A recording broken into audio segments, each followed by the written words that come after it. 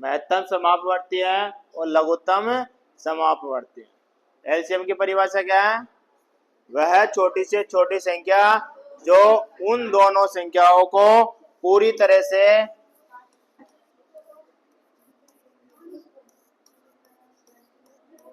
विभाजित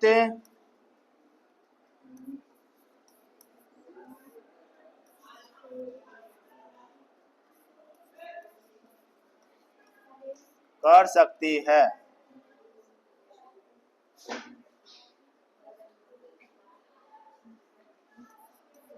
एलसीएम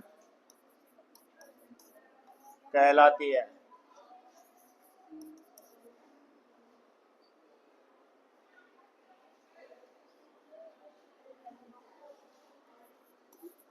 उदाहरण देख लो।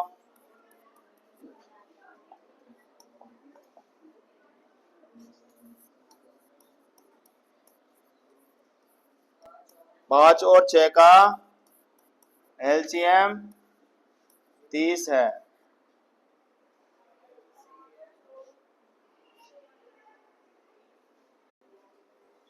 इसके बाद में लिख लो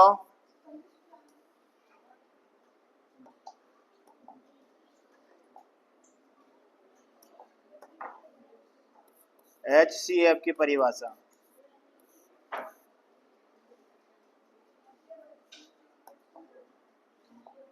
क्या लिखोगे? 2 या अधिक संख्याओं का महत्तम समापवर्त्य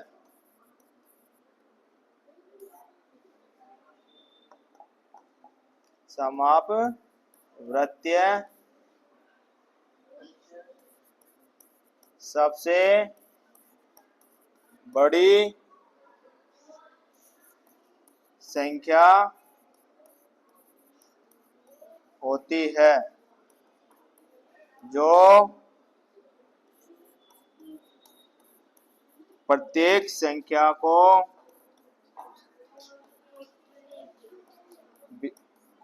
बिना किसी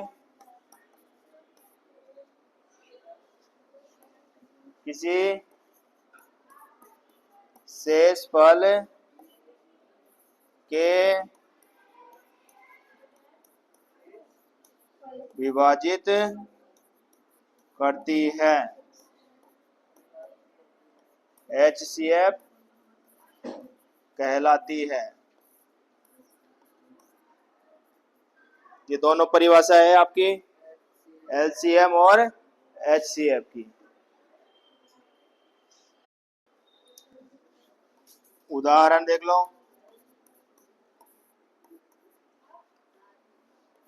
4 और 10 का HCF 2 है। एलसीएम होता है कि वह छोटी से छोटी संख्या जो उन दोनों संख्याओं को पूरी तरह से विभाजित करे। विभाजित का मतलब कटनी चाहिए वो संख्या। संख्या कौन सी लेनी है? जैसे 5 और 6, इन दोनों में से ऐसी संख्या लेनी है जिसमें 5 का भी भाग जाता हो और 6 का भी भाग जाता हो। आया समझ में? किसका भाग जाता हो? 5 का भी जाता हो और 6 का भी जाता हो। उस संख्या में आंसर में किसका भाग जाना चाहिए? 5 का और 6 का। वो आपका क्या माना जाता है? एलसीएम। क्या माना जाएगा? एलसीएम। एलसीएम जब भी निकालेंगे तो जो आंसर आएगा उसमें जिन संख्या दे रखी है उन संख्याओं को क्या जाना चाहिए? भाग जाना चाहिए। और इसका उल्टा होता है HCF। जो संख्या आपका आंसर है उस आंसर का भाग उस संख्या में जाना चाहिए जो संख्या दे रखी है। जैसे आपका आंसर कितना है? 2, तो 2 का भाग 4 में भी जा रहा है, 2 का भाग 10 में भी जा रहा है। तो आगे समझ में, दो संख्याएं अधिक से अधिक संख्याओं का महत्तम समावर्ती है, सबसे बड़ी संख्या होती है जो प्रत्येक संख्या को बिना किसी शेषफल के विभाजित करती है, यानी कि पूरा पूरा कटना चाहिए। क्या होना चाहिए? पूरा पूरा कटना चाहिए। माना मैंने एक संख्या ली है, कोई सी भी संख्या ले लिया, ए। क्या लिया? ए लिया है। और एक संख्या ली है बी, ठीक है, यहां भी लिया है ए, यहां भी लिया है बी, ये कोई सी भी संख्या हो सकती है, ठीक है। अब जो HCF है वो यहां पर क्या निकालेंगे? LCM, ठीक है। अब देखो HCF के लिए क्या होगा कि जो भी आंसर आएगा आपका HCF आएगा, उस HCF का इसमें भी भाग जाना चाहिए और इसमें भी भाग जाना चाहिए। और कैसा जाना चाहिए? पूरा भाग जाना चाहिए, शेषफल कुछ भी नहीं बचना चाहिए। आया समझ में? यानी कि ऐसी संख्या बतानी है आपको कि उस संख्या का भाग इन दोनों संख्याओं में जाना चाहिए, वो आपका क्या माना जाता है? HCF, ठीक है।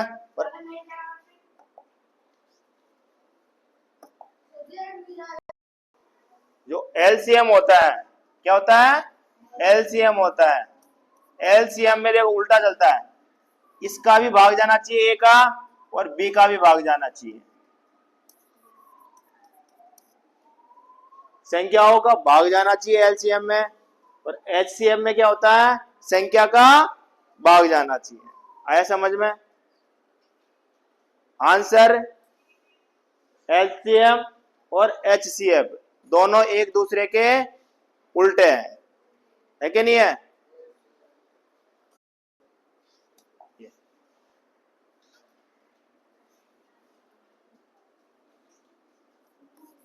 HCF का भाग जाता है, किसमें जाता है? संख्याओं में। संख्याओं में किसका भाग जाता है? HCF का। और ये क्या है? LCM में भाग जाता है, किसका जाता है?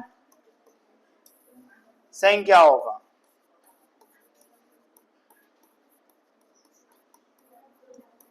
आया समझ में दोनों में?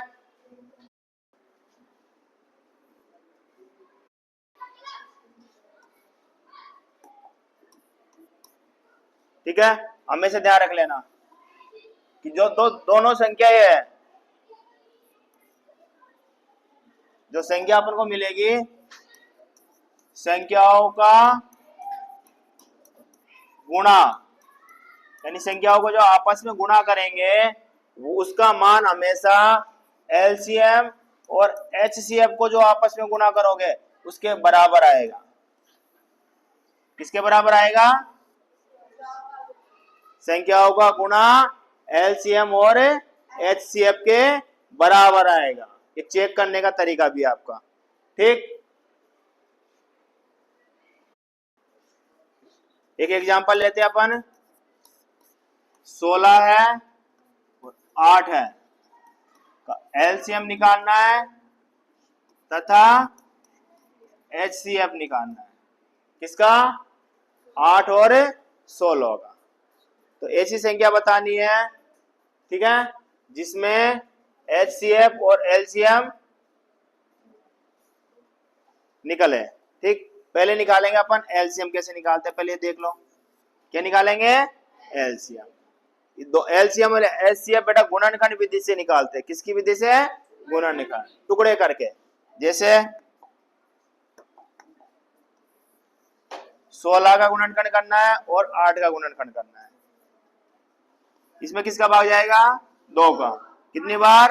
8 बार। 2 का देंगे 4 बार, 2 का देंगे 2 बार, 2 का देंगे 1 बार, 2 का देंगे 4 बार, 2 का देंगे 2 का देंगे, ठीक। अब देखो इधर एलसीएम भी निकालना है और एचसीएफ भी निकालना है।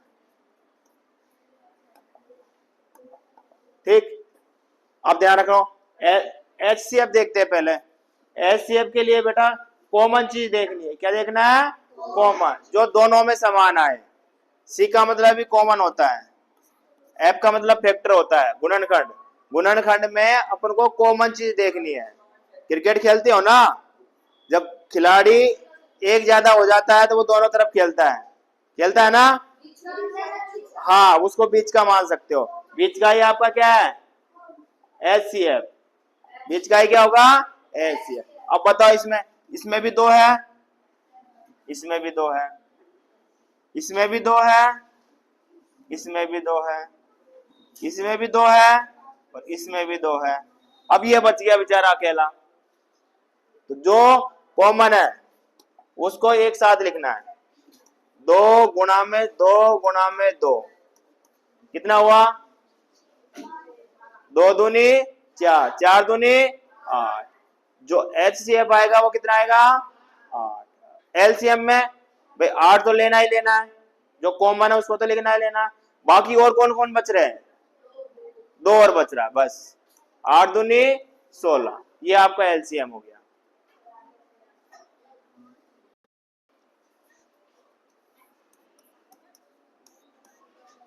पंद्रह और 155 का एलसीएम तथा एचसीएफ निकालो।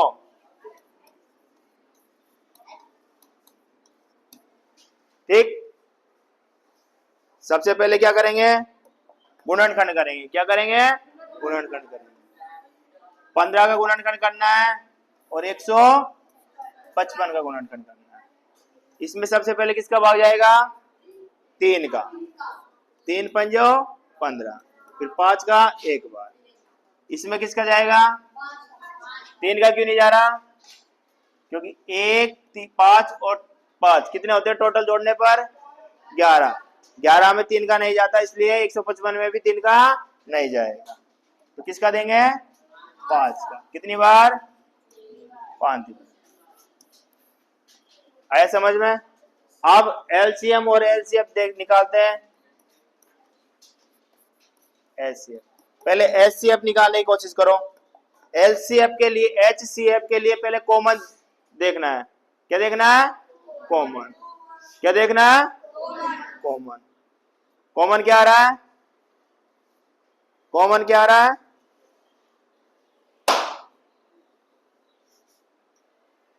एक तरफ 3 है, एक तरफ 3 नहीं है। जो चीज कॉमन आ रही है वो लेना है। बताओ कॉमन कौन सा है? सिर्फ 5 कॉमन आ रहा है, और कोई कॉमन नहीं आ रहा ना।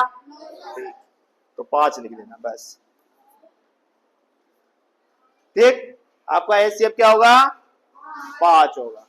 एलसीएम देखो आप, 5 तो लिखना ही लिखना है, बाकी जो भी बच रहे वो सब लिखना है।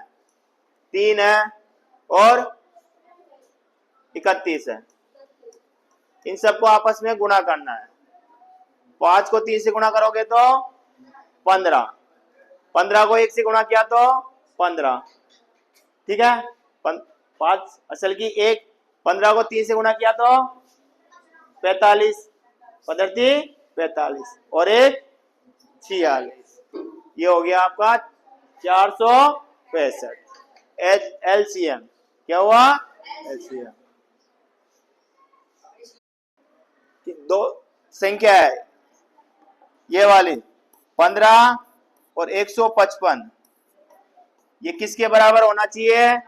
465 और 5। इन दोनों को आपस में गुणा करेंगे, हमेशा बराबर आता है।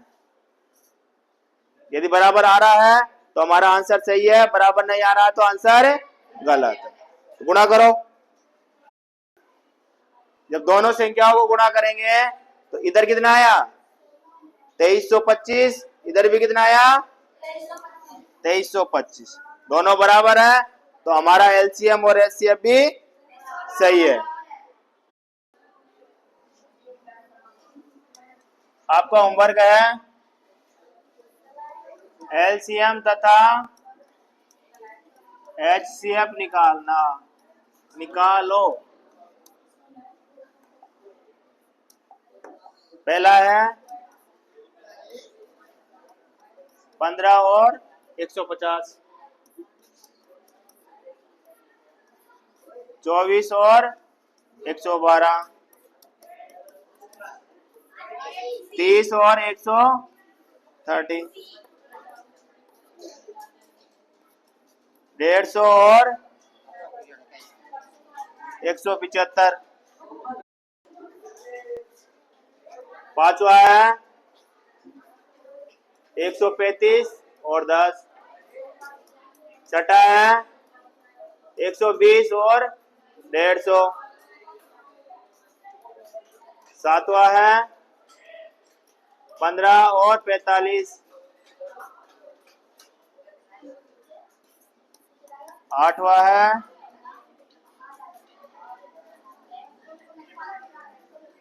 150 और 120, नौ है 3 संख्या को भी निकाल सकते हो,